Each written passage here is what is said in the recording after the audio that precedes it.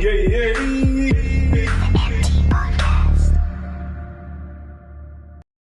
is the eMpTy podcast.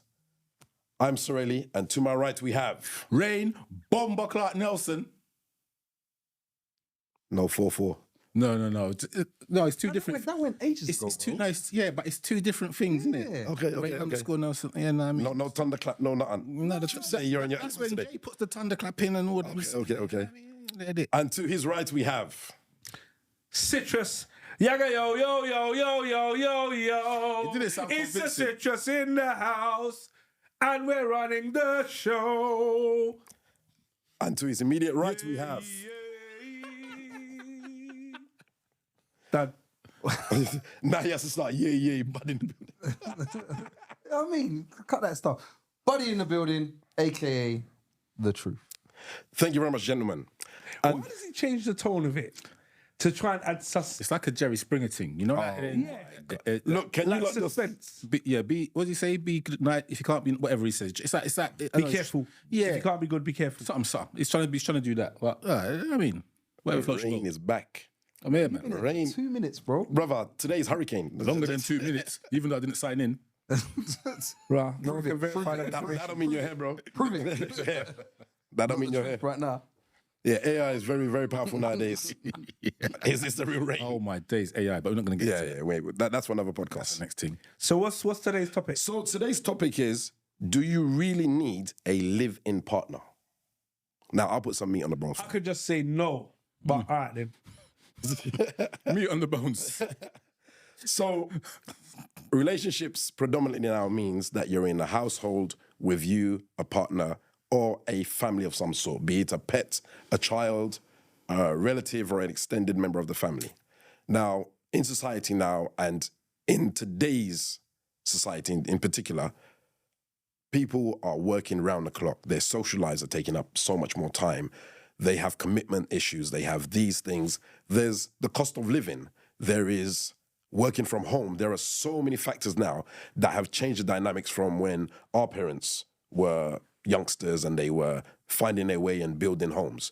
So with all that said and done, and with the pandemic, what it's done and how it's changed people's view on living arrangements, because when the pandemic started, people started moving out of the city into the sticks because I don't need to go in the office no more. So with all that said and done, with the way society is now, do you actually need a partner that lives in the same property as you? Is this something that is essential to a household or a healthy relationship?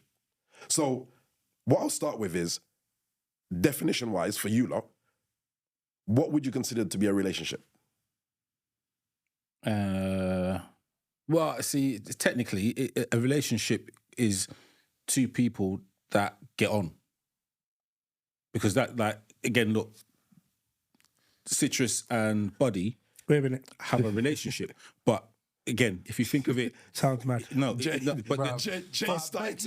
No. Wait, let me finish. No. From a person that's educated, that doesn't raise an eyebrow. If you want to take it down to the level of, oh, it sounds like that, then fine. But that shows your level of education. So again, you're in a relationship. You have a relationship. Don't show your level of education. Yeah, it does. Not level of education. Level Exactly. of intelligence. Intelligence. Sorry. No. It does. Of course it does. No, I Of don't. course it No, does. I don't. No, I So don't. how does it not? Frame it. Frame your question and make a statement. No, I made a We're statement. listening. No, Frame it. But frame it. I framed the statement already. Go that on, you frame it. and Buddy have a relationship. Full stop. Is that it? Frame it. No, there's no framing. What do you need to frame? Type of relationship. Exactly. No, but know what I mean? you're getting into semantics. No. You are. Frame it. Let's be real, innit? Like, if you're gonna say to me, "Oh yeah, Yeah, you're in a you relationship You're with in a relationship with another guy." Like, Oh no. you haven't framed it. No, he never said you were in a relationship. Exactly. No, you said you have a relationship. You have a Yes, relationship. you do. He never said you're in a I have relationship. a relationship There's with a you. difference. We are friends. Just I've got a frame it. relationship with Sirelli. All right, you just said we are friends. So that frame it. But again, All right, it's thank you. no, but That's it's out of the table. no, but it's Massive. how you want to take You it. lot are in a relationship doing your squirming. mental takes it to that place. Doesn't matter. Of course it does. frame it. No, it doesn't need to be I'm framed. gonna let you carry on anyway. It doesn't need to be framed. Okay. But anyway, so I've answered the question. Citrus, Yo, what is a relationship to you? There are different types of relationships. I'll frame some. Number one, you've got a relationship between two partners who form a bond to build a life moving forward, whatever that may look like. You've got two partners who don't form a bond, but have a casual arrangement to pursue life in the here and now, to achieve each other's direct personal conquests. You've got friends that have a relationship as buddies, not buddy, but buddies, if you get what I'm saying, where you've got common interests and commonalities that you share amongst each other. You've got relationships with family, with your children, grandparents, work, etc. So there's different frames and realities to what the relationship could look like. However, what I would like to discuss in this week's podcast is about your partner and a relationship with your partner. And does the partner need to live in or live out of the open and closed bracket household? So just to kind of respond to you, the reason why I asked a relationship is because I want to see what everyone's view and what they include in their own relationship. So yes, there are definitions that the dictionary will have, and there are definitions of different types of relationships, and you can be in a relationship with somebody or you can have a relationship with somebody. So there are different levels, but I just wanted to hear as a basic baseline for Rain, yourself and Buddy, what you would consider to be a relationship and what you would include in that. So on that note, Bud, a bond between two people. So it's a bond. Spiritual, physical, mental. Yeah, a relationship. But why is it only two? A relationship is a bond between people. It's a very valid question. Why only two? No, it's a relationship. If you're talking about a relationship between me and somebody else, it's a bond. So a relationship. You're asking me what I believe it is. So I'm believing to myself that it's a relationship that I have. I have a relationship with that person. I have a relationship with that thing. Whatever it is, I have a bond with that thing, or a bond with that person, or a bond with whichever aspect you want to put it in. That's what it is. That's the relationship you have. So tell me something. And thank you very much. Have you got a definition? No, I don't actually have a definition there. Right. Definition of a relationship: the way in which two or more people or things are connected, or the state of being connected. Thank you very much. So that's the Oxford Dictionary. It's not Oxford. It's just yeah. Okay, so using that as the baseline as of our topic today, tell me something. What was the best phase or period of your life, Buddy, age-wise? Yes. Best period of my life. Oh, that's a tough one. It's a hard one to answer. Very hard one to answer. I didn't want to just. Do you want me to come back to you? Would somebody else like to jump in and tell me if? I think you need to give a framework. Yeah. No, so I want it to be to you, whatever it was. It doesn't matter if it was when you were a child, because I want to then relate that back to your relationships. So tell me when you had the most fun, or when was the peak when you would say Buddy was buddying. I mean, I could probably say to you from my 30s to now, if I wanted to, because in some senses, I mean, there are different aspects that have been great in my life that I could sit there and say, oh, this has been amazing.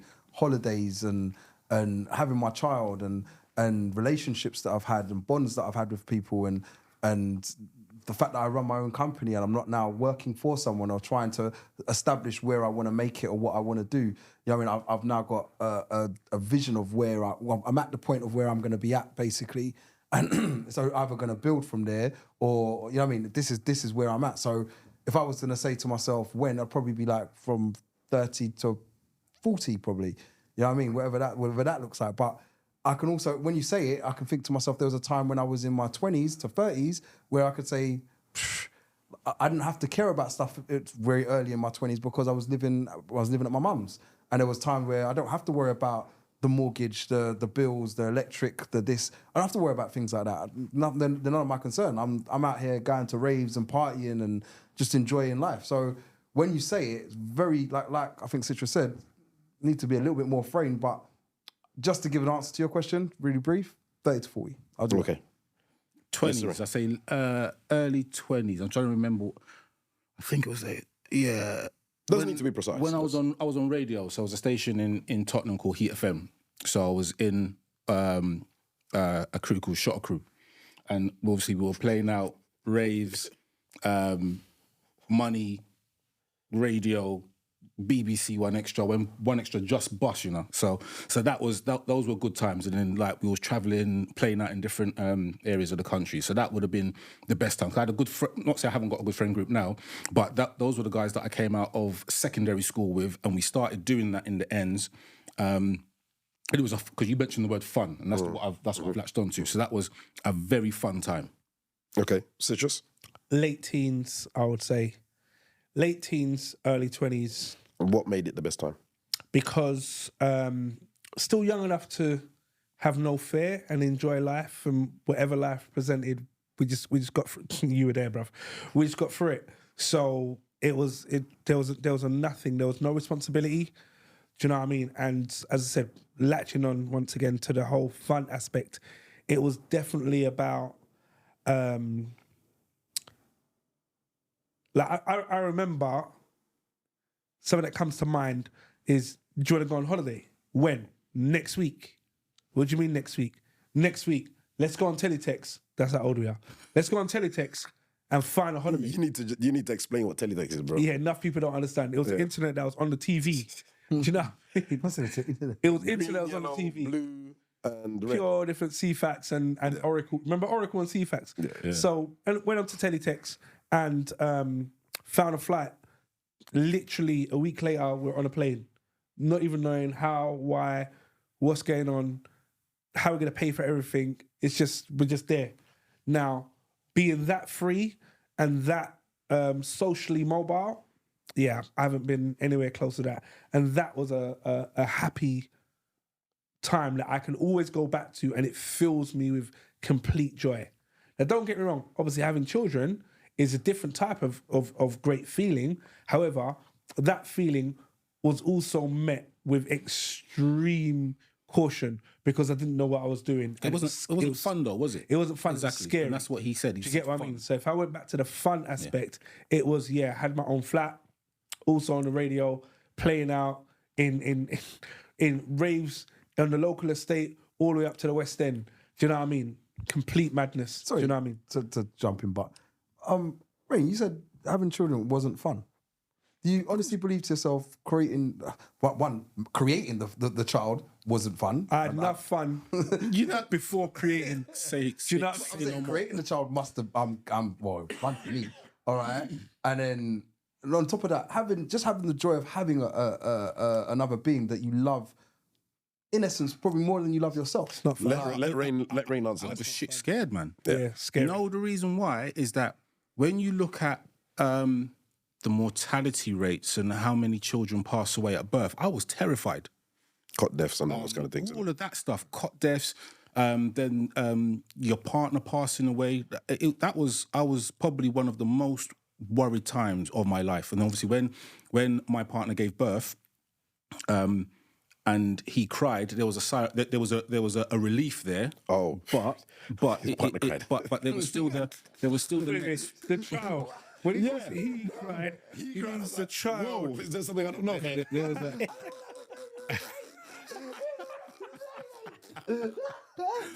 but yeah, no. So no, it wasn't fun.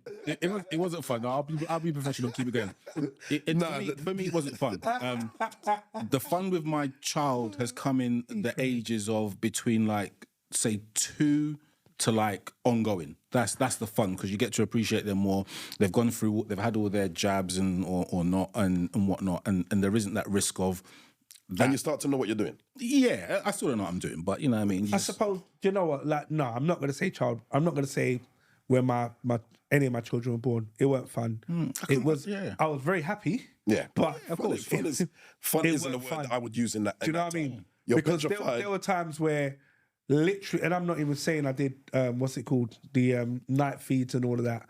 As much as in my head, I did, but I just remember not necessarily being able to sleep. And obviously I know most parents can relate to this. But when I say not being able to sleep, it's things like I'd be asleep.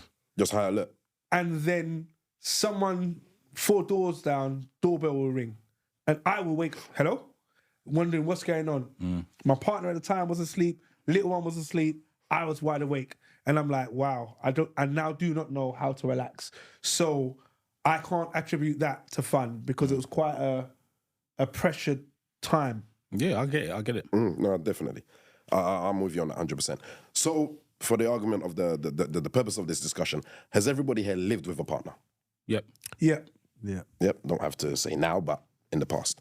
So it's crazy that studies show that when you move in with somebody, this is supposed to be the most exciting part of someone's life because you're in a new environment, you get to do the things that you don't necessarily, especially when you move out of your mum's home or somewhere that you were by yourself, you now have this space that the two of you can have. So things that may not have been available to you is now available to you all the time. So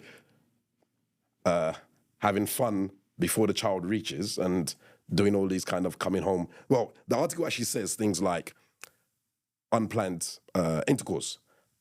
Freaky sex Freaky sex. on the kitchen counter. Anytime, sex, anywhere. Anytime, all this kind of stuff. Do you know what I mean? Eating what you want was a very big thing. Still got Because that now. No one can't tell me nothing. Well, all right. Us. All right, but if you live with a woman and she cook your food, you're going to turn over the table and say, I don't want this tonight. No, I could never do. Come on. I thought. I'm just saying. Okay, I I'm get what you just mean. saying. Sorry, I didn't get what you meant at first. I'm just saying. So now it's crazy that none of you lot mentioned that as a time that was fun, seeing as statistics put this up as that's a very exciting time in everyone's life. Because it wasn't. I mean, in the. When are going to talk about his experience? I really want to hear this. No. You know what? Like, we move people for a living. You know what I mean? And when I was more out on the road moving people, all right, I always used to come across obviously partners that were moving in for the first time, and it was like, oh yeah, Stress. A lot of it was stress. A lot of it was. But like, is that not just a move? no? A lot of it is like this is Just the that, first time. just that anxiety. Just the idea of I'm leaving my comfort zone, and now I'm going to pledge to this person, even though they've been in a relationship for how long. The idea of now we've got two. Do you know, the things that Buddy would know exactly what I'm talking about. Things like we've got two microwaves, we've got two beds, we've got two chests of drawers, we've got two of this. Whose can opener are we keeping? Do you know what I mean? Whose can opener are we keeping? Do you know what I mean? Is it yours? Is it mine? But isn't that a pro? Isn't that a pro now that you No, got to? because at the end of the day, if I throw all my stuff away And then we don't a make week it. later you turn around and say we're done, 1 second, I just dash away my microwave, my bed, my wardrobe, my favourite. Do you know what I mean? But to come back at you on that, when you decide to move in with somebody, don't you kind of do that in faith and you kind of focus on the fact that we're moving in together, this is going to work, and Bro, oh Lord, kumbaya. I'm asking. Do you know what I mean? All I'm saying is, it don't run like that, Like innit? that, bro. As much as people think, What part of the song was that? just the end of the chorus. Do you know what I mean? Second verse, first chapter. It's the truth. It don't work like that. And the amount of people who've had to move in and then move out. And then move out again. The same people. Yeah, bro. Sometimes you get a phone call. Oh, thank you, the guys did a great job. See you later. And you remember you moved me in? Can you come and get me, please? Did you charge them the same price? I'm charging double, bro. What are you talking about? So this is actually a reality for you, like. It's a reality. Yeah. And on average, how much would you say this happens? So, no, that's a very difficult question. But what I'll say, it's much more often than you think. So in other words, anyone out there, don't use them two, yeah? If you're moving in together, don't call these two. Thanks for the plug. So when this happens to you, how do you, because they're coming to you and they've got that awkward face-to-face conversation with you where, yeah, I'm moving out now. How do you... It's one of those ones. Do you know what I have had is when you move a couple and say if the female books you, then you get a phone call from the partner. Let's say it's a male in this conversation. Can you come and get me and take my stuff away? Now, I don't need any more confirmation of what's going on. Yeah, you heard it. Yeah, cool, no problem. When? And normally when you get there for the very first time, because the transaction is looking like this, all of his stuff is neatly Packed in. packed. Do you know what I mean? Closest to the door. So when I open the back of the van and I open your door, it's already in. See you later. And then we're like, rah, what's going on? And I've had some women like, if you want to go there and do him over, Raw. you've been doing both of us a favour. I'm like, So is that in a particular age bracket or is this... I mean, I can say it's across the scale. There was one, I said this on a podcast probably about 2 years ago. I was doing a move for a couple who moved in within the last 6 months, and he had been cheating for the entire time. So when I turned up, the chick in the couple came and gave me a kiss. Hi, babe, and kissed me on my face. I didn't know how to react. Huh? Do you know, I was just completely startled. I didn't know what was going on. And she was like, okay, babe, if you can take these so we can go. So now I'm so confused. However, it's only when I walked to the van and she walked alongside me, she was just like, please, just please don't say nothing. Just take the stuff, put it in your van. This is all I've got. Do you know what I mean? Now, I was just like, it was in Stone Newton. I was like, what is going on? However, when she got into the van, she explained to me that a female that was his friend, he was actually seeing her. So all of the times where she was thinking, they're just, being friends and going at cinema and drinks and blah, blah, blah. No. It was all hotels and whatever else. And it came out by accident because another friend saw him and the female out somewhere.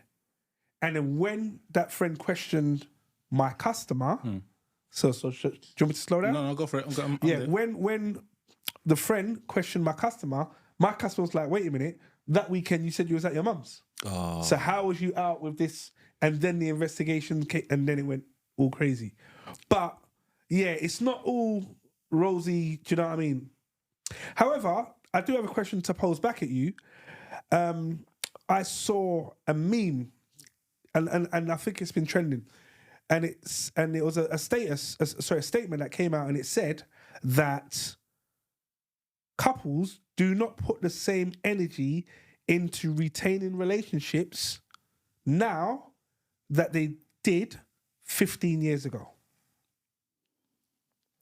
So one of the articles that I researched showed that tradition has played a lot of part.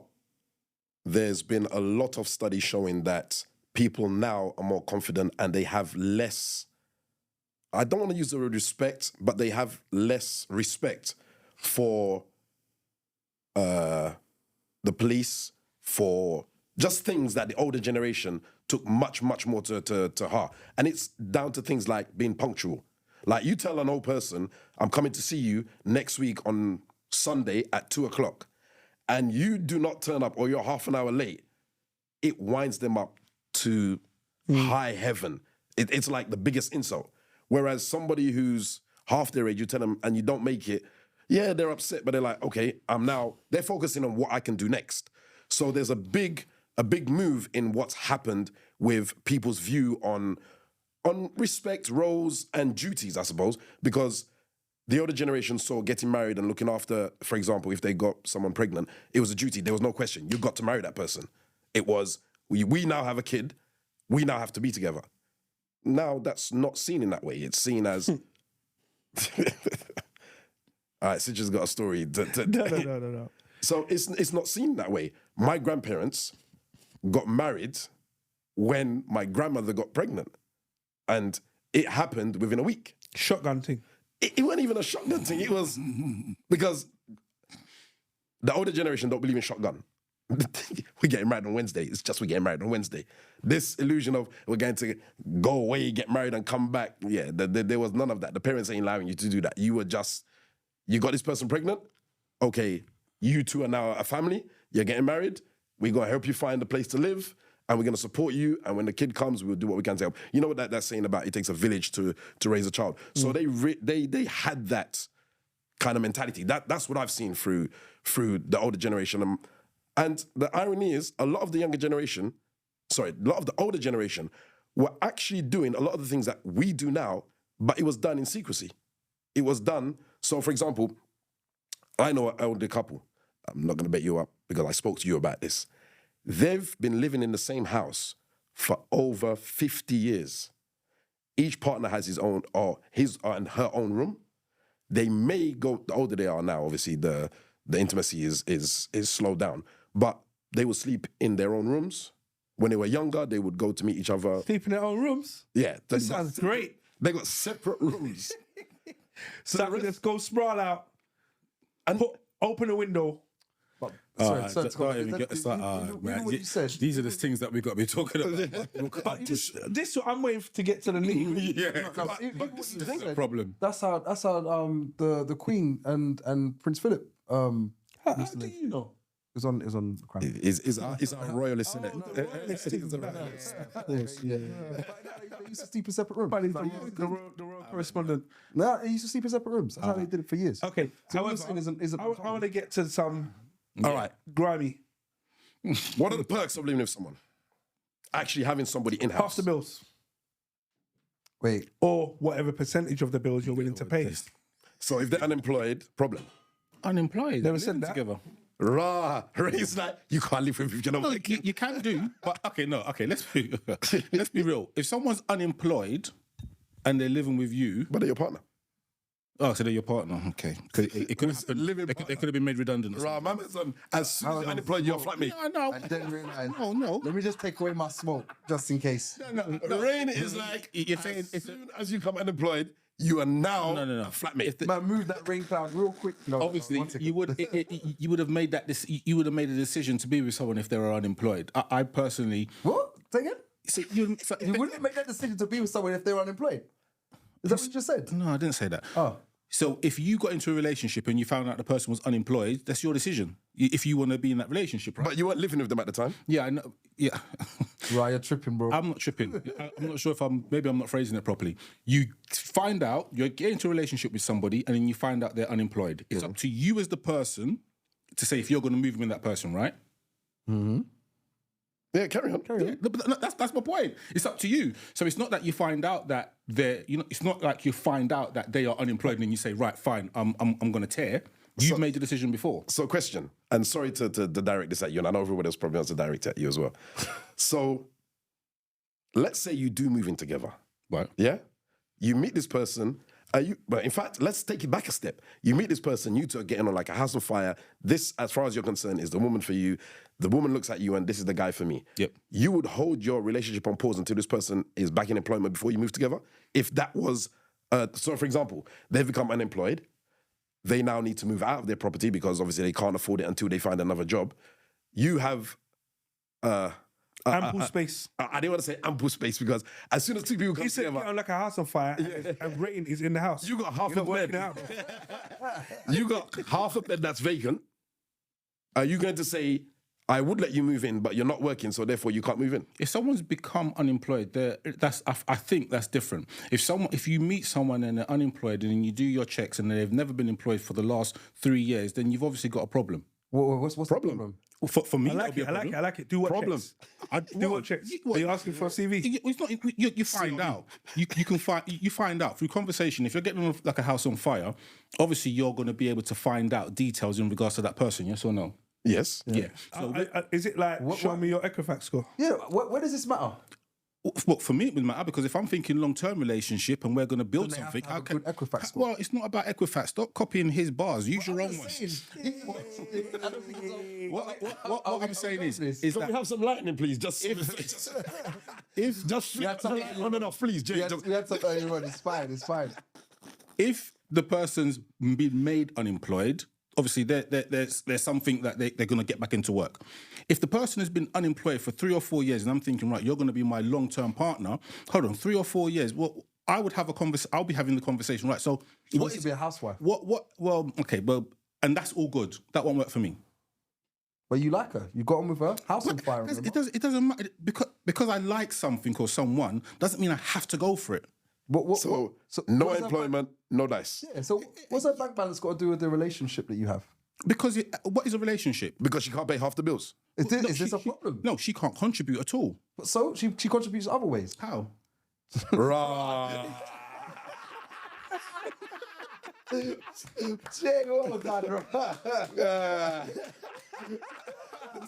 Everybody got nervous. I actually thought the thing was going to come out. I was immediately going to start cussing. 1.3 seconds into the whole. So because she can't pay half the bills, we've got a problem there. It's not half the bills, it's contribute. You're talking about... She contributes in other ways. She picks up the children, she cooks the food, Stop. she cleans the house. I don't need no one to do that for me. I'm not that kind of man where I need that. So, okay, let's put it this way. So he don't need a living partner. He just wants He wants flatmate. flatmate. No, it's not that. It's not that. I'm not articulating myself properly. But what That he can sleep with. it's not even that, because you can get that from anywhere or anyone. Like we're all in relationships, but we know we could go out right now and get someone to sleep Talk with. for yourself. I'm out here struggling. We're all in relationships. Like we're sure about it. So it's not sex. It's someone that it's someone that you're able to build something with. Now, if someone's been unemployed for 3 or 4 years, do you believe you could build something with them, regardless of how much you like them? Yes. Okay, well Yes. that's fine. I would severely question it.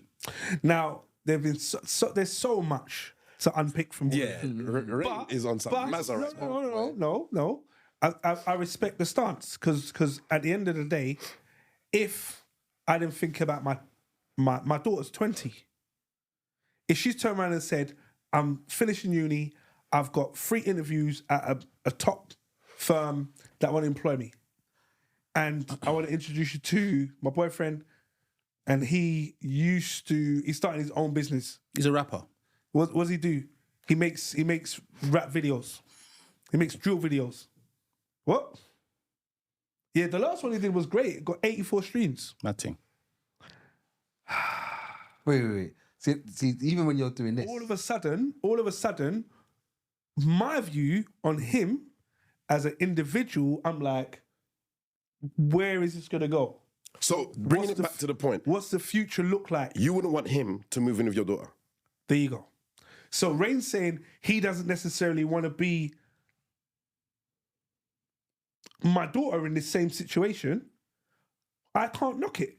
and I hear you. Do you get what I mean? I can't knock it.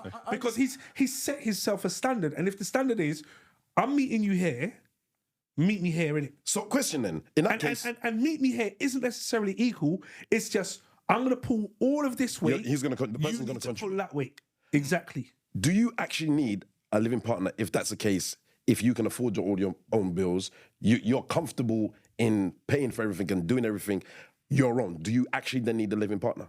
You do. Well, it's companionship, and it's the thing of having a relationship with someone. But do they need to be next to you to do it? I think yes. I think it's the little things of your birthday, breakfast in bed. It's the thing of, right, it's your birthday. I'm taking you somewhere. But they can come around and do that. Yeah, they can. But you're right. But I think there is something different. I think there is a... Rain, I'm gonna jump in and support you while I give you a few minutes to think about it. No. It's there's little things like, oh hi babe, I put your toothpaste on your toothbrush. It's so small. I've lived with somebody and never done that for me. Well, No, but this is about I you understand what you're setting saying, I your understand what parameters, you're isn't saying, it? But these small little things, your heart, innit? little things make a huge difference. And I don't necessarily agree with Rain saying if she was working or not working is a changer for me. However, if you've got me, and I know you've got me, then I will do everything to have you. And if that means I'm covering 8 and you've got 20, then cool. And that doesn't even necessarily need to be financial. Do you get what I mean? I'm turning around and saying, if it's financial and I've got 80, you've got 20, cool. Because in other aspects, you've got 80. So And I'll take the 20. So let me give you something on that. So the point I'm trying to make is, at the end of the day, for me, I need peace of mind. this is what I was going And to ask you. What do you need from a living partner? Peace of mind. I need peace of mind. I need to know you've got me. I need to know when I rest my head down, whatever's going to happen or whatever could happen, each other's back. you've got me. Do you get what I mean? And because you know I've got you. So, and having that person Doesn't need to lying be down financial. next to me, yeah, it's not financial. Lying down next to me every day, waking up with me every day, like, and silly things. I mean, you lot know, mash up my ankle. Do you know what I mean? My missus is out here saying, oh, I will massage your foot. I'm like, Ross. Do you know? I don't Do you want know to touch what I my mean? foot. I didn't touch my foot. Do you get what I mean? But no, I'll do this for you because you're in pain. And I'm like, wow. Do you get what I mean? That's a huge step to what I've experienced before. Now, if in this instance, she wasn't meeting me financial, would that be a game changer? No. Do you get what I mean? Because at the end of the day, you're doing things for me that I didn't even know I needed until I needed it. Do you get what I mean? So I'm turning around saying there, like in my opinion anyway, there are other aspects. Don't get me wrong. If you meet each other at the junction at each one, perfect. But I'm now at an age where I can realise I'm not necessarily going to find perfection. So there are certain aspects that I'm going to be comfortable with, and I'll pursue that. And I'm going to be uncomfortable with, and I'm going to work on that. Do you know what I mean? So I think we need to be able to differentiate the two. And as I said, being able to, the living partner part, as I said, for me, it's silly things. Little, silly indiscrepancies of, oh, I've got a packet of crisps. Do you want some? Now, no, until I tasted the crisps. Now these are the best crisps ever. Do you get what I mean? So now I'm sharing it with the person that I love. It's amazing. However, if she's on the phone to say, I wish you were sharing these crisps with me, babe. Do you know what? Let me come round. What time are you going to come round? Oh, this time. Remember, I got to work in the morning. Remember, blah, blah, blah. So then it gets a little bit more sticky and a bit more techie and I'm like, am I really going to make the drive? Am I going to, do you know, I'm going to take an Uber. I'm going to get on a bus. I'm going to walk. I'm going to get in the cab and jump on my bike. Do you know what I mean? There's all of these other things. So I believe the living partner with the connection part is definitely, it definitely holds water in my idea. All right, thank you. So we kind of cemented where you are. Rain, I want to come back to you because the points you raised, not that I've put bullet holes in them, but I'm still waiting for, because your view on his are very different in regards to the contribution to the relationship and everything. What do you need from a living partner? What do I need? You need them to bring something to warrant, from your own words, to warrant them being there in a case. From a living partner, I need someone that is. Look, I'm not at the ultimate stage of my life. I am not final form Rain. So therefore, there's things that I still need to. There's still things that I need. Sorry. Final form Rain. I'm not Hurricane yet. I'm still Jizzle. So there's still things that I need to achieve. Now, some of these things can only be achieved, I believe, through a strong relationship and a partner. Now, these things are, some of it is how you raise your kids. Some of it is financially. Some of it is like you got to think, we're at an age now where I'm not sure what you guys retirement age in your head is, but we're heading towards retirement age in about 20 years. So what is that plan? Now, have you sat down with your partner and thought about that plan? I've sat down with my partner and thought about that plan. If she was unemployed, we couldn't have that conversation. Why not? Now, because she's not earning. So if you don't earn, you don't have a seat at the table?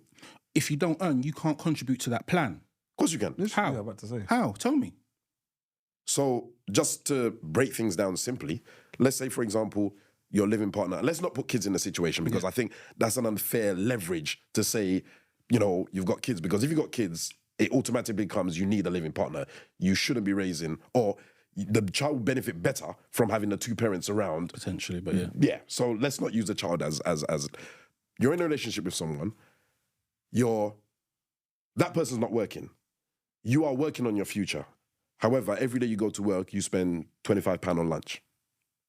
This partner that lives in the house with you cooks every night, and then the following morning gives you a packed lunch to go to work with. That's £25 that you're saving every day, just from them being there and doing this for you. So they are contributing, not in a here's money in your pocket direct way, but them making you sandwiches or them packaging, not last night's dinner, because I don't think anybody wants to really eat the same meal twice in a row, but maybe yesterday's dinner and she's alternating it, or whatever the case may be, or just managing things that you don't need to worry about. So what you've said is that is a contribution to a retirement plan. It is a contribution to making tomorrow better. Okay, so is it a contribution to the pension? Is what I originally said? Yeah, Oh, bro, there are other things you can do. But that's okay. Fair enough. So her making sandwiches contributes to my end goal of a pension of 40% of my salary. She takes that £25 a week or £25 a day that you were spending. You take that, you put in an investment account. That has been doing that for the last 15 years. This investment account has now doubled, tripled, quadrupled. sorry, guys. Okay, go on. You're making this so monetary, bruv. And I'm trying to work out why is this based on what you earn, what you do for a living. But in his defense, he's talking about his view of retirement. Yeah. But even a view of retirement. At the end of the day, there's people out there, and there's loads of elderly couples that are out there where the man was always the breadwinner. He was always the one making the money. He was always the one doing that, and the wife didn't do anything. All right, all she did was make sure that when he came home, you got dinner on the table. When you want to go shopping, you don't go shopping. I do the shopping. I do the list. If you like steak, there'll be plenty of steak in the fridge. And that was their agreement, wasn't it? Pardon? That was their agreement. It was never an agreement. That's how the relationship started. That was the role they played. That was the role they played. Yeah, right, okay. All right. Now, it might be because of the fact that my man's earning enough money that he's now comfortable enough to turn and say, babe, I don't want you to go to work. You don't need to go to work. I will do that. Just make sure that when I come home, there's food on my table. Because that's what I like. Make sure that the rum is poured. Make sure my boys are coming around tonight. Make sure there's a drink there for everybody. And you're going off to the bedrooms to go and watch Coronation Street while I'm out here talking to the boys and chilling. That might just be her role, and she's comfortable with it. All right? Whatever the role of the agreement of their relationship or the dynamics of their relationship, should never sit there and say, oh yeah, you know what? Well, I can't do this because of this. Because if you was now a millionaire and you was earning so much money, would you really want your partner to be now saying to herself, oh, she's out of work, when she doesn't really have to? You're the millionaire. Well, what do you mean doesn't have to?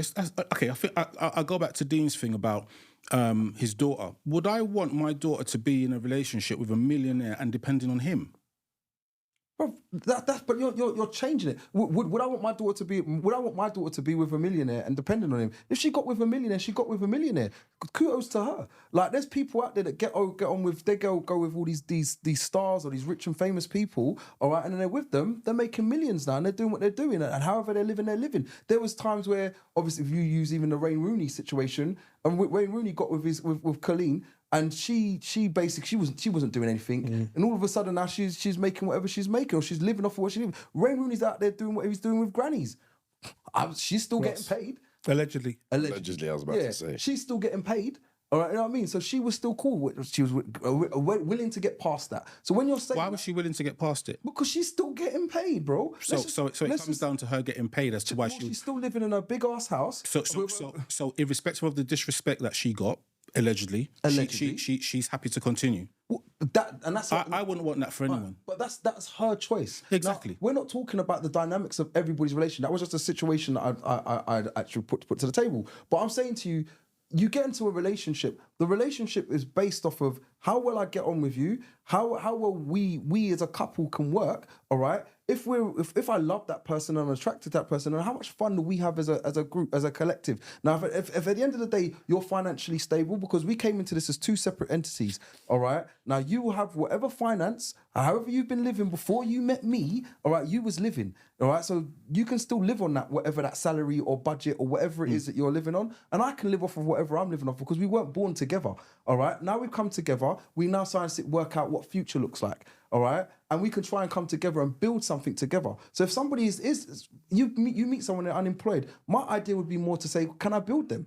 Can I help them build? Can I get them to where I'm at if I want them to be there? Or do I just say to myself, you know what, you do you, babe. I'm gonna continue to do me, because what I'm doing is big enough for the both of us, because I'm big like that.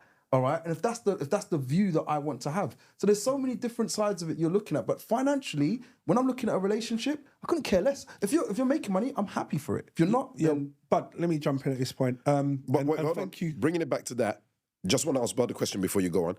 Does that have an effect on if that person moves in with you or not? No. Okay. Just said no. He said No. In regards to the relationship, but actually living with you. No, but he said it right at the beginning. Okay. But the point I'm making is, I can't disagree with Rain, because fair enough, where we have we can look at our grandparents and we can look at what life was like then, and being able to earn a standard living wage and being able to buy a house, keep a family, keep a home, have children, 2 holidays a year, etc., etc., etc. Now, to be able to achieve that in London where we live, you need to be on easily over 100 grand a year. Easily, probably 110, 120. If you want to be able to sustain a family in central London right now with comfort. Now, not necessarily going around a room, But how many people do we know are on 120K a year to live that level of comfort?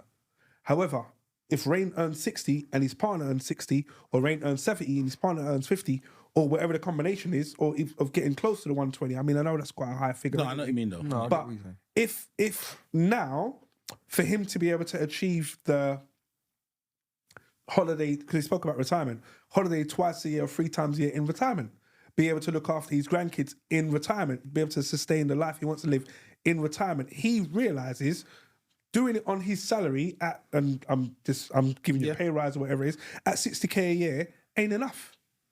So for it to be enough, he needs to be with someone that can make his 60 into 90 or into 100 or 120, and then the lifestyle that he wants to pursue in retirement, he can get there. So having a conversation with the partner to turn around and say, babe, I don't know what you want to do in the future, but this is what I see life to be like. And this is what I want both to have. Yes, for exactly. us to both have. So for us to get there, this is what it looks like. Now, sorry, but so now that is very heavily focused on finance, which is fine because it's a standard that he wants to live towards. And I don't see anything wrong with that.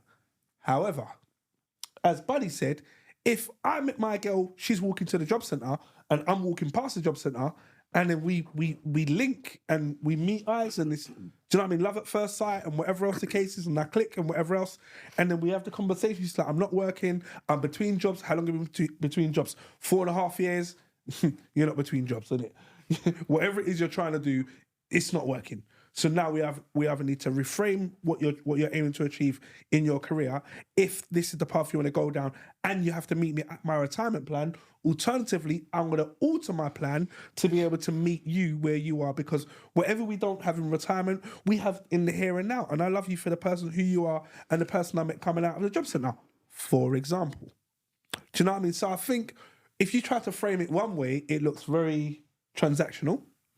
And then if you try to frame it the other way, it looks like, well, 1 second, when the shit hits the fan, you're going to be the family that's on the news that says we just have to cuddle at night because we can't afford to put the heating on because we don't earn enough money. Do you know what I mean? And both of these are two actual realities. But taking it back to the living partner, does that mean that your decision primarily lies on finance when you do that? And isn't it something you're doing from a selfish angle in that case? Because you're looking at it as, I've got a plan of where I want to be. You need to either contribute to it or be part of it. But living partner, as you said yourself, could be, I've met you, you've met me, we get on like a house on fire, we have a lot of fun together. It is now, I'm living now. I'm enjoying the time with you now. Yes, we will plan for tomorrow, but at the moment, you're in your situation. You're dealing with whatever it is. You live over there. I don't know too much about your situation in regards to how you pay for your living or how you pay for your lifestyle. However, I've had me. I've had me for the last 10, 15 years since I left my ex and I've moved into my own place. So with that being the case and me having me, you having you, what's stopping the two of you from just living well and living well apart? Now, to answer your question, I still don't think that, sorry, and it feels like I'm representing Rain right now, but I don't think the point needs to be validated, because in the courting process, when it's like, so what do you see yourself doing in the future? What are your aspirations? These are my aspirations. Are we linking on these? Because these are deal breakers. So let's say, for argument's sake, let's say we are. Let's say, for example, you've met this girl, you're on 50 grand a year, she's on 50 grand a year. When you do overtime, it takes you to 65. When she does overtime, it takes her to 65. Right. However, she's got her yard South London, you've got your yard North London. East London, cool. East London. Yeah, I was going to say North because of the traffic is just hard to get from one side to the other. But anyway, East London. And she's comfortable in her thing. She's got a 2-bed flat. One of her rooms is a spare room with trainers or shoes from one end of the wall to the other. Rain has got his 3-bed yard. One room is just for trainers. The other room is just for trainers. And he's got the room he's living in. Now, he's comfortable in his environment. She comes round 3 times a week, not including weekends, because She goes to the office 3 times a week, and the office is not too far from where he lives. So they've got it into a routine. He's got his pension, he's got his investments. She's got a pension, she's got investments. The convenience of Monday, Wednesday, and Friday. Saturday and Sunday are left open.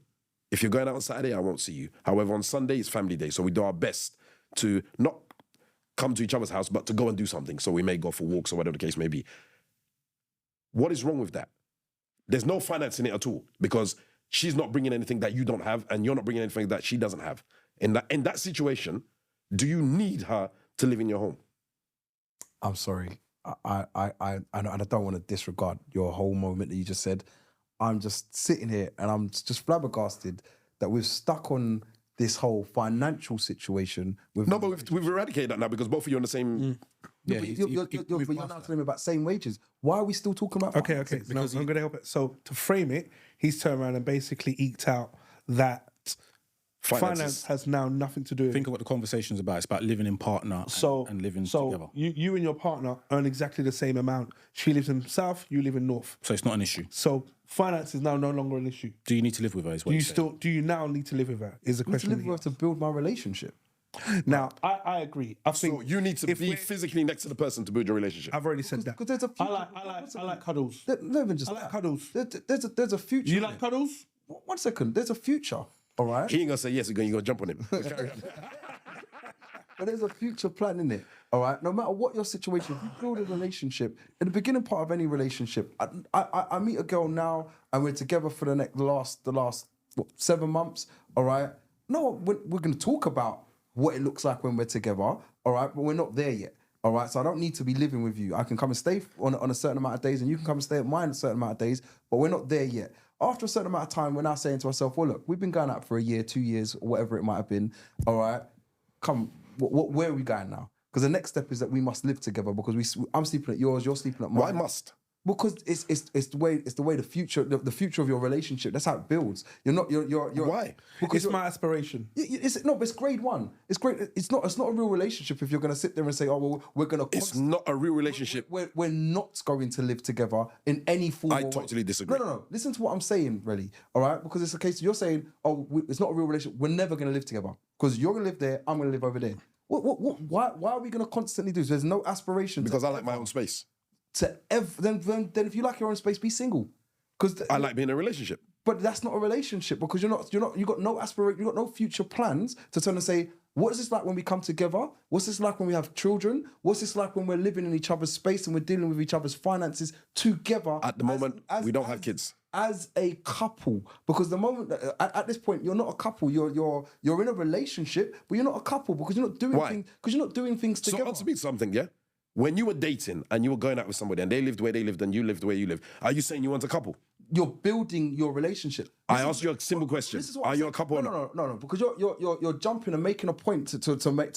No, but that's what you just said. But you're making it sound so it can go on whatever point or whatever direction that you're trying to frame it into. Didn't he just say it? No, but listen to what I'm saying. I'm saying we've got aspirations of building into something. Mm-hmm. All right. So if I'm sitting there saying to myself, well, we might live. I might have my partner now and say we're never going to live together for the next 5 years. All right, because I don't want to. I've got my place, you've got your place, and we're just going to build from now. But eventually, we're going to build, and then we're going to have children, and then we're going to get married, and then we're going to do blah blah blah. Whatever the course of actions might be, that's me building towards something. But the moment you're telling saying, "Well, I've got my place, you've got your place, you're staying there, I'm staying there," we are never living together. But the point he's making, which I can appreciate, I don't agree with it, but I can appreciate that some people are actually better in their own space, and when we do come together in that beautiful moment, It lasts for so long. it's nice. But I'm more than happy because it's not financial. I'm more than happy. Bye, babe. Let's just be real. Let's just be real. This is man talk. This is MT, right? Yeah. All right. That is linking. That is a blatant link. I'm linking Why? you. No, bro. No. Do you know what? Do you know why that's wrong? Do you know why that's wrong? Let me finish. No. We've got a friend that had a relationship internationally, bruv, for over a year. So you can't turn around and say, Did they have any aspirations? Why did it end? I never said it ended. Did they have any aspirations? Of course they did. To live together? However, That was my point. However, It's the intention. Bruv, It's the intention. No, It's the intention. Let him finish, Let man. me finish, exactly. So the point is, there was an international relationship. They didn't live together. And as much as he wanted to move in with her or she wanted to move in with him, it didn't happen in the time frame he wanted or she wanted. Do you get what I'm saying? So then therefore, you now cannot say that he was just linking. That's now diluting It's the intention. That's the only thing I've said. It's the intention. If my intention is to say, you are always going to live there, you're never going to live in my house. All right? It's the same way I can link somebody constant. And we've been around. We're all grown up now, right? You've had links that you've seen for the longest time. It's my regular chick. It's the one chick that I'm seeing her. But I've got no intention, all right, of ever having children with you. I've got no intention of ever turning and saying, oh yeah, move into my yard. I've got no intention of having any future with you. Ray's got pure disclaimers. Put your disclaimers. Parent. That is a link. That is somebody I've got no future. That's somebody I've got no intention of building a future. I tell you what. I don't want to marry you. I don't want to have kids with you. I don't want you living in my yard. I just want to come round, have my little, as Dean put it, all right? And that's all I want. I said it like cuddles. But the point I'm trying to make is, don't get me wrong, the traditional framework does fit the narrative that you've just mentioned. But as we fully well know, how life is changing, the traditional framework may not always be the most convenient and may not also work. So I can't turn around and say that, don't get me wrong, we're moving in together. This is not even a conversation. We're going to make it work somehow.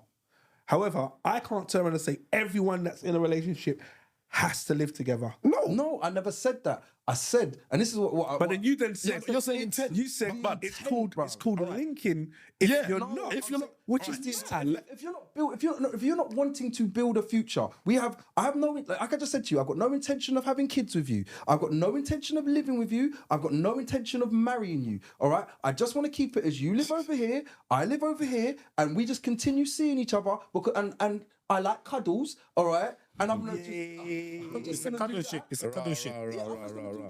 Until the dawn of time, or whenever. But if you're okay with that, what is the problem? If you're in a relationship, and I'm using the word relationship, you're with somebody, you like your space. You've lived there for however long. This person's living in their place and they like it forever. You like the city. Your partner loves the country. Yeah. The two of you are in a relationship. She comes round to you on whatever the days are, 3 days a week. Thursday. And this works. You're not planning on having any kids. You're just okay. Continue. Why are you disregarding? It works for both of you. I've got my space. I go home when I want. When I go home, I chill out, do my thing. Then I know that this particular time, do you know, let me break it down even more for you. Do you know there's people who live together and they see less of each other than people who are actually separate? Because these people that are separate make time. They plan it in their diary that, you know what? Monday, Tuesday, I'm working. Wednesday, we're going out on a date. Or Wednesday, I'm coming to see you at 6 o'clock. Straight from work, I'm coming to you. We have couples that are working. The husband's doing the night shift. The wife's doing the normal day hours. He comes in when she's leaving. And they only see each other on exchange of the kids. Oh yeah, I've come in now, you take the kids, I've got to go to work. And that kind of stuff. And they live together, but they're not seeing each other. But they live together. They don't see each other. But really, toothbrush in the same place. I think the one thing, and even some people on the live, my phone died now, so I can't even see. Yeah, you're getting run on the line, bro. That was your job. Like, One job. I didn't. I took it off. But yeah, I don't even care. I said it's the intent. So you can sit there and say, I'm saying, oh yeah, it's a link because they're living together. I'm saying to you, it's the intent. If my intent, all right, is not to have children with you, not to get married with you, not to live in your yard or live together. If I don't need to. All right. If that's my intent for me, then we are linking because that for me. That don't have to be for you. That don't have to be for you or anybody out there on the live. I'm saying to you, for me. All right. That just seems to myself, oh, you're free to do what you're doing over there, and I'm free to do what I'm doing. We'll link on a Thursday. I'll see you. I'll come get my hug and my kiss. All right. And then afterwards, I want to bounce, and I'm not going to see you again until next week Thursday. All right. And if that's the case, we're linking. And that's fine. Because sorry, Rain. The next thing that will probably happen, I'll come to you straight after. But the next thing that will probably happen is I'll find somebody that I do want to live with, that I do want to have kids with, that I do want to... That comes there on the Wednesday. And once I've got that person, the person on the Thursday is going to be gone. And that's the truth of it. And she becomes that didn't happen in a load of people's worlds that are listening on the live now. Is it that there is what you're potentially inferring is a new school way of looking at relationships, and what you're suggesting is the older school? So to be in a relationship, you have to be together. You're saying someone can live in Harlesden and someone can live in Brixton, and that's fine, and you can see each other. Is it that there's two? Because we did mention at the beginning about, I think we mentioned about an age thing. So do you think it's an age thing as to why there is this difference in opinion? Because obviously your school of thought is almost buddies, because you're in a relationship and have been in that relationship for a long time. Yeah. So that you're in what he's saying technically. No, so what my view is that my preference is that I would like my partner to be with me. Right. I come home, I see you. Why? You see me, because that's my preference. I like that. But what is about the preference, sorry? What's the detail of the preference? Because my love language is touch and feel, and if you're not next to me, I can't get that. But you can do it 3 times a week though, innit? Yeah, that's not enough for me. Right, okay, fine. Yeah, so that's my preference. Now, other people may have preferences that... Love language. But it's not even It's not you. I didn't want to get into it. Just leave it. Just leave it. You know what? There's someone on the live saying, yes. love language. Yes. You know what? My love language is head, bro. That tells me I love you. Seeing as he's telling me that's not mine, buddy, what's yours? Bruv, mine's touch, but I know why mine's touch. But you saying it like I need her to. That's rubbish, bruv. For me, when I lie down next to my woman, I have to, even if it's just our feet are touching. Easy, tiger. I don't like hugs, right? Even if it's, and it's not just with my partner, it's with my kids as well. Does somebody want to define love languages? Oh no, that's another. We'll leave that for another podcast. Okay, we'll leave that for another podcast. Can't educate everybody on everything in one go. All right, safe. But if you'd like to tell us what yours is, I'm more than happy to hear what yours is. I've read a bit about it, and I'm not saying I don't believe in it. If Acts of affection. But that would Quality be time. I would say acts of affection, but I don't. It's love language. But anyway, I think It's a time of blood. It's finance. But in saying that, as much as you lot jest, if you think about what Buddy said and what he defines as a relationship, the variables are different, but the concept is the same. He wants the days. I'm just saying you got to be financially stable. No, it's not. I'm saying to all I've said to you is my thing about what they're saying is it's about intent. And that was all I was saying. And everyone going on, oh yeah, that I'm defining this and I'm defining that. I'm saying to you, it's about the intent. If you've got no intent on making a future with somebody, then you're not in a relationship. It's not a relationship. I'm linking you. I'm seeing you. So if you're already in a relationship, you're married, but you're still living separate. What's that then? You can, but then it was the I don't think you can. But if you've got intentions to try to say, well, what's going to happen is you're going to finish building whatever you're building, I'm going to finish building whatever, and then we're going to come together and we're going to do something. Then that makes sense because you've got the intent. Oh, and then we're going to have kids, and then we're going to do this, and then you've got the intent. The moment you don't have the intent is the moment there's a problem. If I'm seeing someone now and they turn and say to me, oh well, we're never going to live together and we're never going to have children together, and you can live there, I'm gonna live there, you can keep coming around. Neither one of us want kids. Well, if neither of us want kids, then that's great. Then we've both got an agreement that we don't want to have kids. So again, the intent is that we're not going to have any kids, but we're going to continue to see each other, and then afterwards we're going to live together, or we're going to get married, right? No, I don't want to get married. Okay, but we're going to live together. I don't want you living in my yard. All right. Now we've got a problem because now I'm saying to myself, well, so I'm just going to keep on coming and see you. And that's fine. I'll keep on coming to see you. But in your mind, that's not a relationship. In all intents and purposes, you have now become a link because I'm now going to link you. I'm now just going to come down, see you, and then bounce. Then I'm going to do what I'm doing. You're going to do what you're doing. And that's what it becomes. Whether you want to sit there and disrespectful. Whether you want to sit there and say, I'm just, AKA the truth, innit? I'm putting it out there, all right? It's exactly what would happen. You will go and you'll find, one of the partners in that situation, all right, will find what they want. Up to this point, I agree with you. That last statement, I'm not buying. You're just firing wild tonight, brother. Because what it is that the crazy thing is, I know people who have been in long-term relationships. Healthy relationships. I'm talking decade-long relationships, and they don't live together. That's fine. Right? And they haven't had any intention to... So the female lives in her family home, and the male owns his own yard. And she's not leaving her mum and dad. She's got no intention to leave mum and dad anytime soon. And if they stay alive, she's gonna be there. Are they married? They're not married. No intention to get married. I don't know. All I know, they're not married, but there's no kids, but they've been in a relationship for a very long time, decades. And I put S on the end of decades. So for you to appreciate it. And with that, Someone stepped out in it.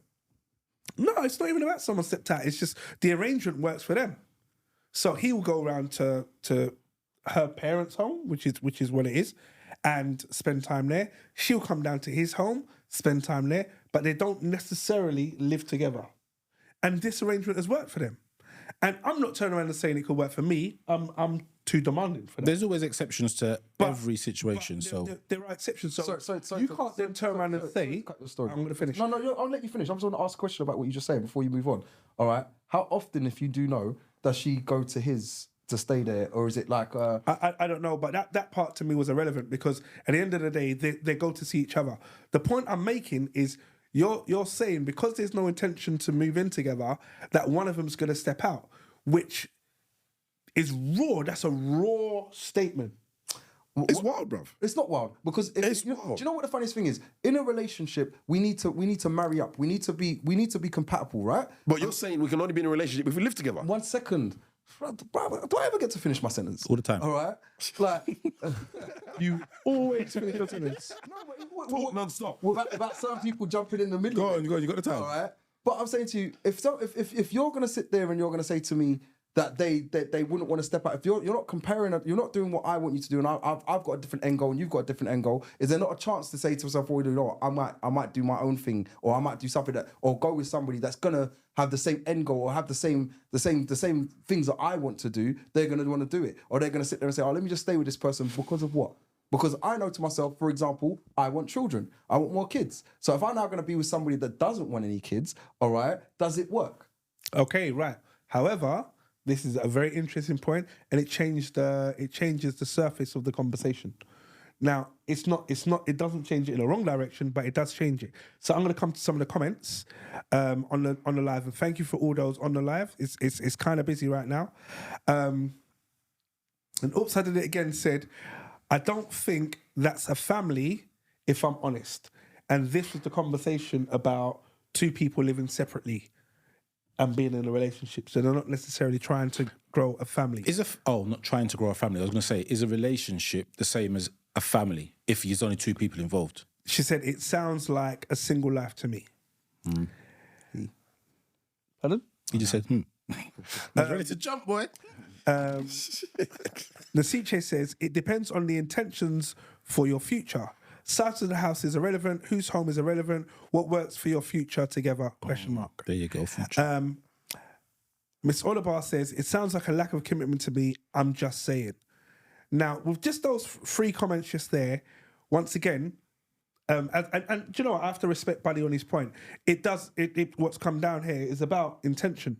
And what you're aiming for. So is it kids? Is it a family together? Is it growing old together in the same household? Is it doing things the traditional method? Is it you living in this country, I'm living in that country? Do you know what I mean? What does it look like and what works for us as a family?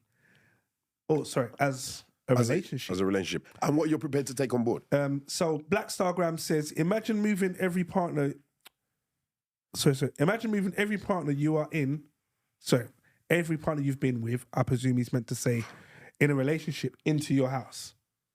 So every partner you've had, imagine having a relationship, move them into your yard. That's what Buddy's on. Mad thing. No, that's not what he's saying. I don't often agree with what Buddy says. He's not saying that. Because what he's saying is that everyone that you've had a relationship with... Yeah, but we're talking about intent. Buddy's word is intent. Yeah, but maybe there's not the intent. You know what I mean? Not every conversation that you have which ends up in a... remember, as you guys says, there's definitions or levels to the relationship. So not every relationship you enter into is end goal relationship, marriage, or blah, blah, blah. There is differences to those things. So I do... to an extent, I do agree. I do think... I know there's this thing of absence makes the heart grow fonder. I don't necessarily believe in that. I think when you're in a relationship, if you are separate, and I think what Buddy's saying is that so you've got a checklist, yeah? And your checklist in the beginning, it's ticked off. Everything's ticked off. Kids, this, that, it's all ticked off. And then you start having your conversations, and then it's like, okay, don't want kids. So that comes off the list. Right, okay, still all right. All right, I don't want to live with you ever. That comes off the list. Right, okay, I can still work with this. I don't ever want to get married. That comes off the list. Then that person doesn't become what you initially want. Thank you. Yeah, but again, it's the same thing as the financial thing. But again, we're not going to agree with that. We're going to agree to disagree. But it's when the ticks start coming off the grid, the person becomes less what you want as a final person. I disagree with that as well. Okay, but I would also share, in my own family, I have a relative who's married, and him and his wife live separately. And it works. It works. And they both agree to that. Yeah. Exactly. So he's different. But I suppose the other side of the coin is they used to live together. Right. But again, it still works. But again, what he said is different. You had the perfect scenario, and then elements of that perfect scenario coming off. So it changes your viewpoint. And then you start looking at it from a point, oh, hold on. I'm actually only seeing you on Monday, Wednesday, and Thursday. That's fine. But then, and I'm not saying this is what all men do, all women do, then you get Charlie who says, I can come and see you Saturday, Sunday, and I can see you on the days that he won't see you on, and I want to move in with you, and I want to do this. Then Charlie becomes a bit more favourable. Yeah. Now, it doesn't mean that... But you may not want to see that person more. Yeah, but that person, if I'm saying the two have to align. It might be a case that if I don't want to see you that many times, I only want to see you on a Wednesday because that's the day that I want to see you on. And she's like, well, I only want to see you on a Wednesday, and this is perfect for me. I don't want a relationship outside of Wednesday. Wednesday's my only day that I want to see. I want a relationship. And we're both on that same way. This whole time to take pictures. No. But I think the don't get wrong. I'm not defending the point because for me, any woman said to me that we're in a relationship long term, but you can't move in and I can't move in, and rare, it's mad. That's your preference. Crazy. This is my preference. However, and I think all of us share that same thing. I can't speak for everyone. And this is the question. The question to the podcast is: do you really need a living partner in today's day and age? But I would like to push the conversation a little bit further, considering the timing. All right. And saying, what are the benefits of not living together? Being able to step out. I'm sorry. You see, this is the thing with buddy. Say it. I just have to say it. Intent. I just have to say it. Because the thing is, if the rest of your life is satisfied, and that part, the sexual part for buddy's purposes, is satisfied, there's no need for you to step out. The only time people tend to step out, and I use the word tend, is when something is not satisfied, when there is a hole or the opportunity arises. But if you're in a routine that this is what you're doing, your life is fulfilled, you go yoga on a Wednesday, or whatever the case may be, then that part of your life is not missing. There's nothing for you to fill in that gap with. So what was your question? What are the benefits? The benefits of not living together. I guess the only benefits I can see is that you are the king of your domain, to the point of, and look, for all of us that have lived by ourselves and then with a partner, you can get up at 3:00 and you can turn on your PlayStation and play it to your heart's content. If you're with someone, you've got to be a bit mindful. Doesn't mean you don't do it, but you're going to be mindful. You can eat what you want, when you want. You're only caring about yourself. You come home when you want. Come on when you want. You can be selfish. You go out, but it's not selfish. Why is it selfish? The reason why I say selfish is because when you live by yourself, you automatically become selfish. How? Not intention, because you only have to look out for yourself. So the fact that, hear me out for a second. So the fact that we said a while ago, when you live by yourself, you come in whenever you want, or you cook for yourself, and that is a selfish thing for yourself. Because if you're living with a partner, you may say to yourself, I could sit here with the boys and chat for another hour, but the missus is home by herself. No, so you know what? I'm going to go home. So when I bought my flat and I was living by myself and I wasn't in a relationship, I was being selfish. No, you wasn't in a relationship. So you started to fend for yourself. Anybody who has to fend for themselves, a side effect of just having to fend for yourself is to look after myself and to become selfish. It's not an intentional thing, but it happens nonetheless. I disagree with that. Sorry, what was your question again? Just benefits. The benefits of not having a benefits of not having a living partner. Oh, right, okay. I mean, I'm saying not having to look after somebody else or think about somebody else makes you selfish. I get what Sirelli's trying to say, just framing it in the wrong way. Yeah. But But No. I lived alone for a very long time, so I know I've got my own habits. I know I've got my own. never having drinking. Yeah. Never having drinking his fridge for his guests. I don't have guests, man. So if you're coming round, Selfish. no, It's selfish. that's not selfish. No. If you're Drinking coming, the orange juice out of the carton. no. I did that when I was living by myself. No, I'll hit you with facts. Proving your Do point. you know what's in my fridge? Water. Because I drink water. And if you're coming around my house, Fizzy water and that. have some water. Do you know what I mean? If there's other drinks in the yard that I don't drink and you want it, Take it. knock yourself out. Because I'm not But selfish. I'm not turning around and saying, do you know what? Buddy might come round in 3 weeks. So Let me pick have a up- drink that he Let me likes. pick up something that Buddy likes. blood. Do you know, It's not selfish, though. It's not selfish. It's not selfish. I'm gonna finish. It's not selfish. At the end of the day, I'm catering to my own needs. Because I live by myself. Catering to my own needs isn't selfish. I don't need to cater for anyone else because I'm catering for me. If I've invited you round and said to you, "Oh, you know what, bud, come round Thursday Buy a drink after when the you come in. podcast." Do you know, that's how you live your life. So, Rain, I'm going to turn around and say, if I'm going to turn around and say, Rain, come round on Thursday after the podcast. We're going to go watch UFC. What do you want to eat? What you drinking? Now, I'm a man. Alcohol for years. Do you know what I mean? Years in my yard. So no one needs to come round and think to themselves, "Rah, can I get a drink?" Because there'll always be a Sitting there. alcoholic They're sitting there. rum beverage available. Always standard. Now, soft drink. if the person's coming round and I know they can't handle it, buddy, I'm gonna turn around and provide apple juice. And do you know what I mean? What's it called? Your plate. Your plate? Isn't that the milkshake thing? The milk tray. Yeah. Do you know what I mean? Or Yakko, whatever the thing that buddy has. I'll provide the thing that makes him happy. Do you understand? However, it's not necessarily selfish because you don't need to stock your yard up with things that you don't use. And however, the worst thing is when you live on your own, you buy these things that you don't use because I ain't buying from concentrate. So I'm going to buy a fresh orange juice. And then it If I'm goes not off. drinking it and it goes off. For what for? No. If you live in, you develop habits. And I develop those habits. And the hardest thing I would say is when you now have a partner, it's now trying to undo those same habits. Yes. Do you know what I mean? And say to yourself, well, you know what? Now I probably do need to go and buy the Yoplait and whatever else, even though I'm not necessarily drinking it because she drinks that That's or it, she wants exactly. that. So you have to make Exactly. those adaptations, and it doesn't happen overnight. It's something that you need to work towards. However, coming back to the benefits, the question I asked was the benefits of not living together. There are loads. I don't know why we're struggling on it. I'm not struggling. Well, I'm not struggling. you answered your own. You asked the question.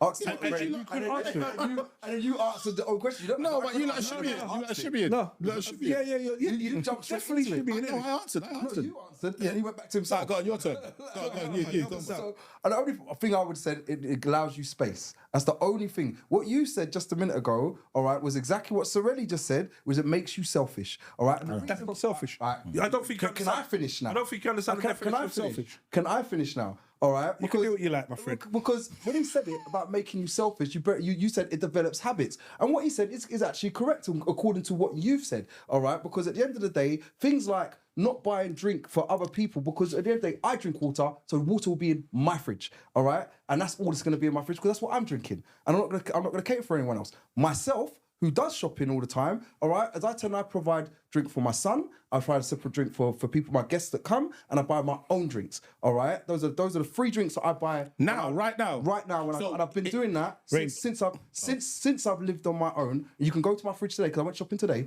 all right? And you can go in there. I'll let you go straight after the podcast and have a look in there if you want, all right? Because that's what I buy everywhere. And you can ask my son. It's not a problem, all right? You got a son. Your son that lives with you.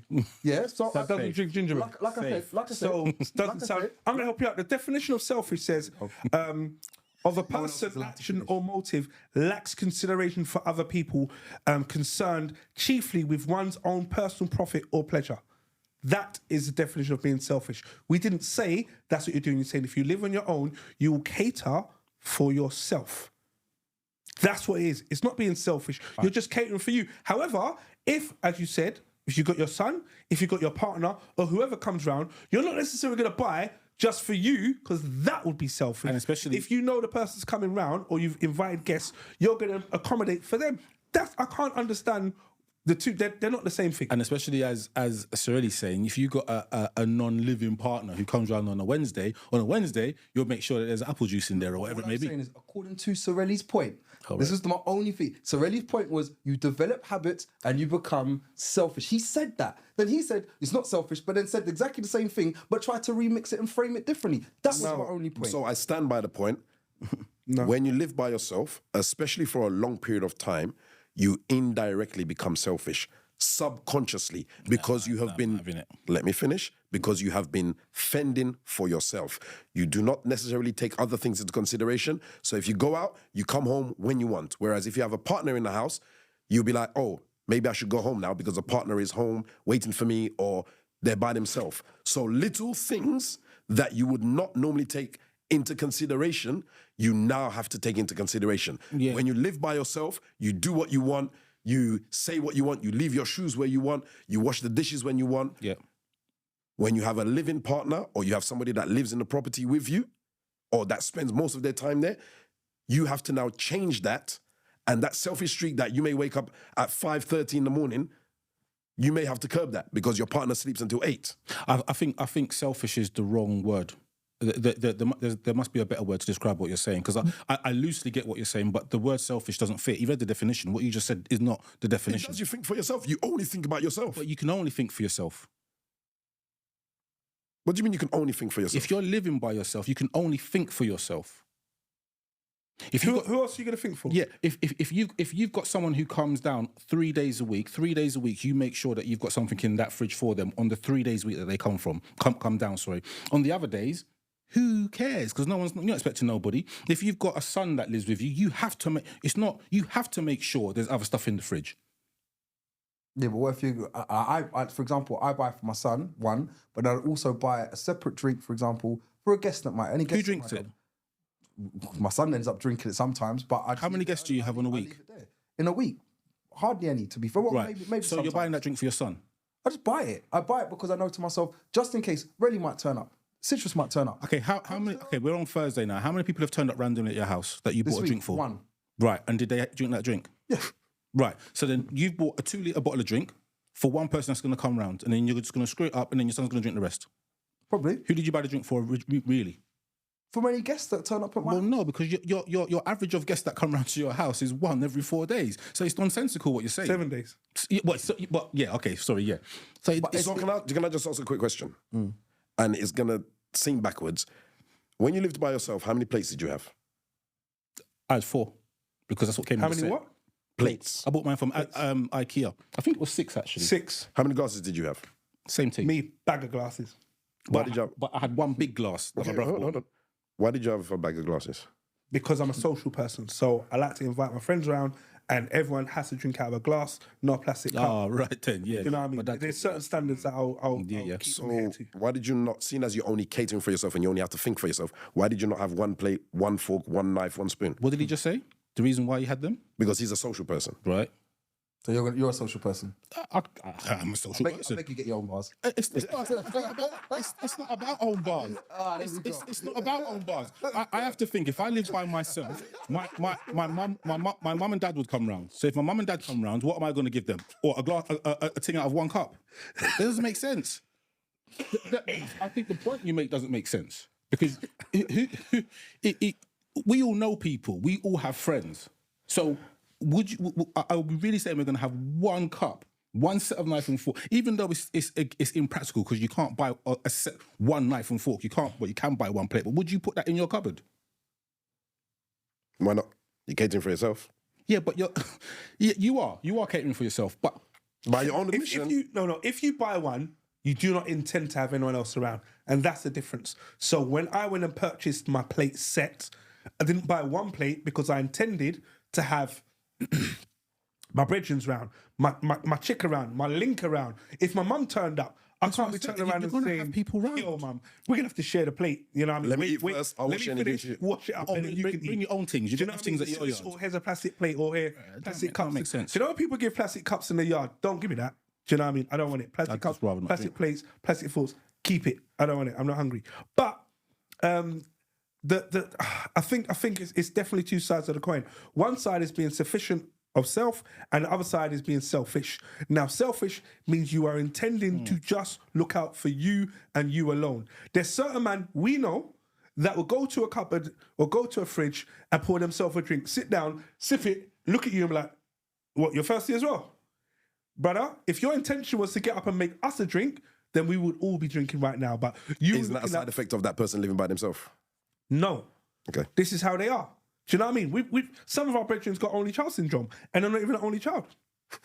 Mad thing. So, All right, we're going to do summaries after this, yeah? So whichever way you want to look at it, it is what it is. However, I'm turning around and saying, as someone that has lived on their own for a long time, I know I've got certain habits where primarily you look for yourself, which is selfish. I would agree.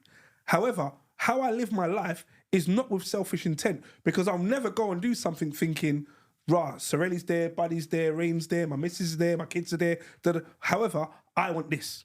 So I'm going to do that for me, and whatever you don't want to do, good luck. So live alone syndrome. I'm not going to call it live alone syndrome. I'm just saying what I know, what I've experienced. Do you know what I mean? But would I call myself selfish? I think what you've got a point. Selfish is the wrong word. Yeah. And I think that's the case in point. Live alone syndrome. I'm not buying that either. But Syndrome is a deficiency, isn't it? Yeah. So I can't really go with it either. Live alone syndrome. Dr. Ray. Yeah. So, buddy, are you okay to give us a summary on the topic tonight? And you've had a lot to say about living with somebody, not living with somebody, what they bring to the table, and all those points. This one's cracking up. Yeah. Maybe you should share that. No, we're gonna go to the live, but I'm just prepping you so that once Citrus has done his thing on the live, we'll come with your summary, Rain, Citrus, and then we'll wrap up for tonight. Sorry, Citrus, would you like to give us? No. Give us a little update on the lives, please. the lives. One of the lives comments made me laugh. I'm going to take it all the way back. Stepping out, equaling, exercising options. This was in retaliation to Buddy. This is from Black Star Graham. Shout goes out to yourself, Ghost. What's going on? Tongo said, so, one love, Buddy. Intent is to step out, say nothing. Seems legit. I don't know, at this statement, I don't know. You've said something at this point. You got the whole live going crazy. But Miss Oliver said, benefits of living alone equals freedom and autonomy. Black Star Graham said, what about buying coffee Kraken? That's so made me laugh. About certain man being selfish. Do you know what I mean? Black Star Graham also said, self-sufficient might be a better word. And I would agree with that. Tracy242 said, it is the wrong word that's being used, but Sirelli's reasoning stands. But he's being pedantic from Black Star Graham. Selfish is not the correct descriptive, which is from Tongo. Mr. Wileycat DJ, shout goes out to Wileycat DJ. He says, vote it's for self-sufficient and vote for Wiley. Make sure the light is on in the fridge. And then the final note is from Tongo saying, if you have one of each item, that is selfish, but living by yourself is not selfish in itself. And that's from Tongo. Thank you to all the people on the live. Very much appreciated. Buddy, give us your do you need a living partner summary? Do you need a living partner?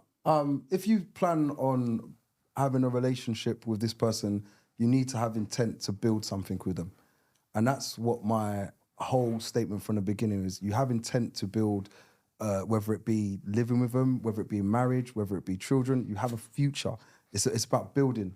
And for me, if you've got none of those intents and you want to keep somebody separate from that side of your life, separate from living with you and being around you like that, for me, it doesn't feel like you're trying to build anything, which then kind of kills a little bit of building a relationship, which then for me, it doesn't come down to having a relationship like that, which is why I made the point of saying it more feels like it's a link. It more feels like when we're younger and we're seeing someone and they live at their mum's and I live at my mum's, and you know what I mean? And it's just, we see each other as and when we can. But even then, I always felt to myself, in any relationship you've ever been in, you kind of say to yourself, well, I have an intent or I have a vision to say it's going to build into something one day and it's going to be this one day. But if you don't have that vision and you're saying this is how it's set up, then for me it's mad.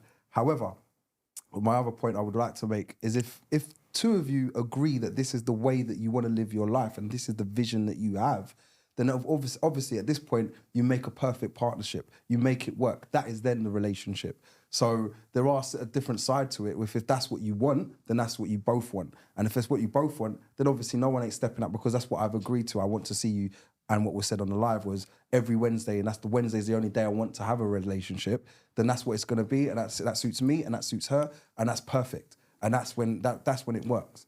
So it's about having the understanding. Do you need to have a living partner? It's not a need. I just feel to myself, it's something that I suppose it's about building, innit? And like I said, my main thing for the evening has been intent. Rain. Thank you, buddy. Do you need to have a living partner? I think yes. I think for numerous things which have been mentioned on the podcast, I think one that we didn't mention, or things that we didn't mention, is the emotional side, the jealousy when it comes in, the fact of you're spending X amount of days here, but what are you doing on these days? All of these things we didn't factor in. I think for you to, and this is, again, it's going to have to be my opinion, for you to say you are seriously in a relationship that's moving forward, whether you're heading towards marriage or buying a property or whatever it may be, I think you need to be living together. I don't think the separate, and it might have worked somewhere else, fine, but in my mind, to say you're in a serious relationship that's going to go forward, where you're going to raise and nurture a family, you need to be living together. The separate thing just doesn't work. Well, in my view, it doesn't work. Thank you, Rain. Citrus. We've got some summaries on the live. Mazza. Oh, wow. Which is actually quite good. First one is from Black Star Graham. If you're not living together, you are not in a relationship. Buddy 2023. The second one is from It's Tongo. If there's no intent, there's no relationship. You are a link. Buddy 2023. So everyone is now citing hashtag Buddy I don't care. 2020. Okay. It's not a shot, bruv. I'm reading it too. If we don't have matching trainers. We're not in a relationship. Buddy. Hashtag Buddy 2023. I'm looking for that to go viral. It's fine. So do you know what? I'm actually going to agree with my brother here. I definitely agree with intent. So we can start off at any point, but I will make my intentions clear to say this is what I want, and we need to work out how we're going to get there. Now it might be the yellow brick road. Do you know what I mean? All the way to the Wizard of Oz. Alternatively, it might be walking through Narnia and just trying to get. Do you know what I mean? Out the jungle, out the forest. So whatever it is, you need to know this is my intention. This is the end goal that I want to get to. And if you want to get there, then we can build on that. Without that, I find it hard to turn around and say I can sustain a relationship with a person who doesn't want to achieve this end goal the same way I do. But I think that comes in all forms of relationship. If you don't have the same targets or end goal or commonalities, then what are you basing the whole relationship on? Do you get what I mean? So that would be my stance. With what we spoke about today, and I know we dipped in and out of the topic, there are some points that I thought were like jumped out to me. Number one is definitely about the, I suppose, the selfish. That part has kind of stuck with me for one. And the second part, which Buddy raised, and I mentioned already, about the intent and not understanding the intent. So Rain mentioned about retirement plans, because this is something that ranks very highly in his future. Now, if you can't meet me with that, then that might be a deal breaker. Buddy's saying, do you know what? Don't worry about the retirement plans, because do you know what I mean? You complete me in my here and my now. Together, as we progress through life, we're going to work out a retirement plan, whatever that looks like. If it goes down to the traditional model of what we mentioned about the grandparents, of you know what I mean, the man in this situation is going to go out and earn the money, the woman's going to keep the house. And that's the relationship that we've got, because that works for both of us. Fine. As long as you both have the same common goal, I think it works. And for me, the common goal is to definitely be together in a reasonable but safe time span. Thank you, Citrus. It was slightly broken. He's going to say he disagrees with everyone else because I know personally couples, young and old, and I'll give you an example of each, and this is just for my summary, where the couple got together really young. This is the elderly couple. And they had kids, they had a family, they did everything in the traditional sense. Got married, traditional. Thank you very much. Words by Sirelli. Remember that. They did everything in the traditional sense. And now they're in their elderly age where they look at it as they spent their life making a family and giving their time to their kids, to their husbands, to everybody else. Now that they're at that seasonal time in their life, they still love each other, they still want to be with each other, but they want to now discover themselves. So they have now got their own space, their own time that they spend for themselves. And it could be something like just going into their area and doing a crossword or puzzle. One of them actually likes doing these 1,000-piece puzzles and stuff like that. But they just like the fact of they having their own space. And when they were together with their partner and he drank his tea and left it on the table and left the coffee ring or the tea ring on the table, it used to drive her nuts. Now she's got her own space. She's got a table. That table's clean. And they get on like a house on fire. There's no stepping out. There's no intent for anything. Excuse me. They are very, very happy in their relationship and have dedicated their life to making everybody and themselves happy. But now that they're in their older age, they just want that time for themselves. On the flip side to that, I know a young couple who the partner, one of them, works on an oil rig. He's actually an electrician that works on an oil rig. And he's away for weeks at a time. We met up when he came back, not the last time, but the time before that. And we were talking, and I'm like, when are you going to give this up? Oh, the money's good. Why don't you tell him to come back? Well, actually, I like him being away. When he comes back, I miss him. Yeah. Russ. She likes missing him. Yeah. Well, look. We'll Miss me with that. So that was a thing. And they have, as far as I can see, they have a very strong relationship. They have 2 kids. And it works for them. And he likes being away. He likes coming home. When he comes home, you can't separate them. They really work at the oil rig. Bro. This is the thing. Don't disrespect the thing. No, Don't disrespect the thing. Sorry. I was going to say something else, so now you said that, I'll leave my comment alone. Because it's not something for me personally. I wouldn't like that for me. But I couldn't and I cannot undermine their relationship and say that they have to live together to make a relationship and to make this work. And in 2023, with living crisis and everything that's going on, some people find it easier, better for their relationship if they're in separate locations. And like I said, it's not for me, but I respect it. And I will not be the one to say that you have to live together to have a relationship or to have a family. It comes in all shapes and sizes. This has been the eMpTy podcast. And if the glass isn't half full, It's empty. thank you very much. Yeah.